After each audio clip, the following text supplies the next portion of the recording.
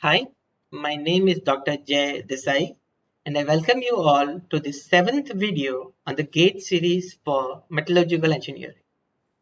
In this video, I am talking about slip and slip systems. So what is a slip, or what is the first thing that comes to the mind when we hear a word slip? It means the dislocations or how the dislocations are moving. And since these dislocations are moving, it will lead to plastic deformation in materials. And that is why we can define slip as movement of dislocation to cause deformation in materials. Now this slip has two components, slip plane and slip direction. Slip plane is a plane with highest density of atoms, means those planes where the concentration of atoms is very high. And slip direction is a direction which is closely packed within this slip plane. And the combination of slip plane and slip direction is what we call as slip systems. Now this slip occurs mostly in metallic materials. It is very hard to see slip process occurring in ceramics, composites or polymers or any other kind of materials. So mostly slip is seen in metallic materials. And these metallic materials crystallize in either BCC crystal structure, FCC crystal structure or HCP crystal structure, which I discussed in my previous videos. Now, these are the three diagrams of BCC, FCC and HCP crystal systems.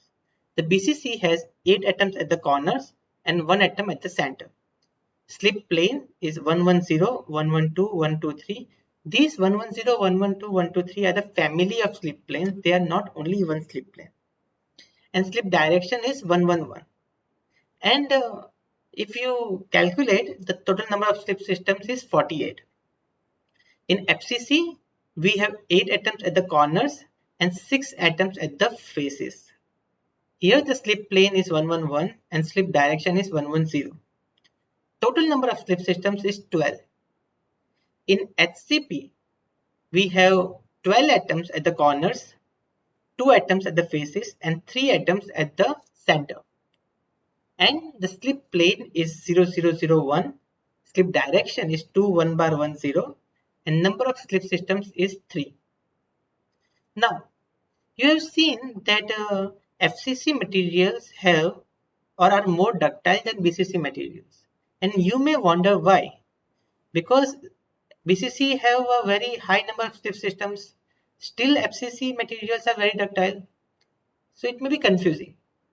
The reason here is that the reason why the FCC materials are more ductile than BCC materials is because in FCC the atoms are more closely packed.